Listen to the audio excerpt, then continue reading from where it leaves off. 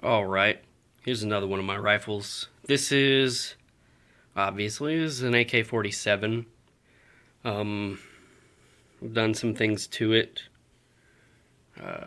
From the factory, this is an M&M manufactured. The model is M10.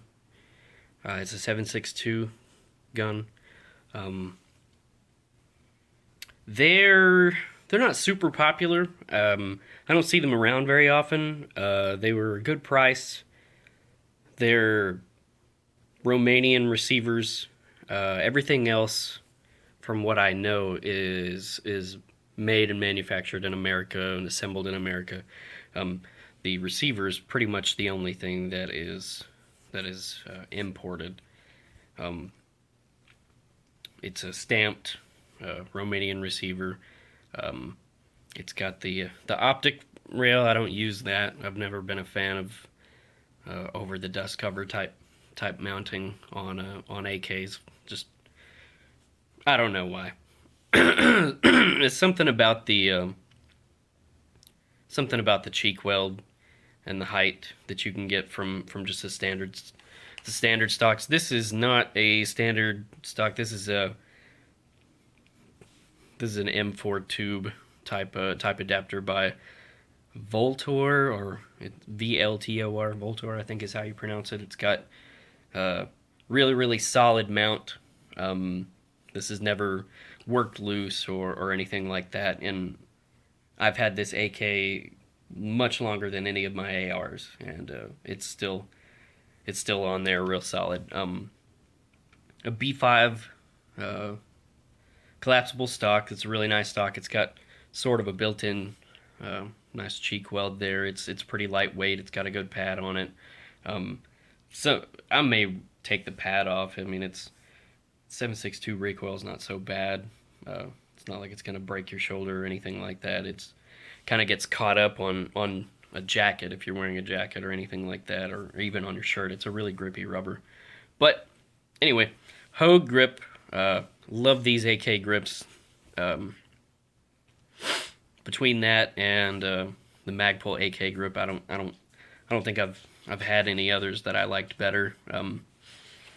It's just got Bulgarian um, lower handguard, just a regular old polymer handguard. It's got a decent heat shield in it. This gun can heat up um, pretty bad. The Ultimac looks like it's on crooked, but it's the handguard that's more the crooked thing. Ultimac's level. Ultimac is probably the finest gas tube rail that I've used. There's plenty other uh, hand guards that have like quad rails or more modular systems. I like this one. It's simple. It is rock fucking solid if you install it correctly and use Loctite and all that. Um, this your iron sights are still usable through the red dot. Um, it's I just think it's the best option if you want to put an optic on there and still retain the use of your irons. For whatever reason. It's got just a Tapco slot brake. This is a decent brake. It's super cheap, affordability wise, not quality wise. Tapco gets a lot of shit, but some things they do well, and I think this is one of them. Um, yeah, other than that, it's just a standard old AK. I really like AKs. I had AKs much longer than I had ARs. I like both. You're not gonna get me to fall into the ploy of trying to answer which one is better or which one I like better. I like them both. They both work. Um, the whole AK versus AR argument is fucking stupid. Uh, yeah, I'm just not gonna fall into that trap. I'll leave that to all the armchair commandos on YouTube and shit like that. This is I'd say this is probably my favorite rifle of everything that I own. Just because I've had it the longest. It's got several thousand rounds through it. It's just a beast. I paint Like I paint most of my guns. I think I've got one rifle that isn't painted, but yeah, this one's just rattle can job. I like that. Uh, yeah. Oh yeah, Tapco G2 trigger. They're decent triggers, American made. Like I said, Tapco kind of gets shit for certain things.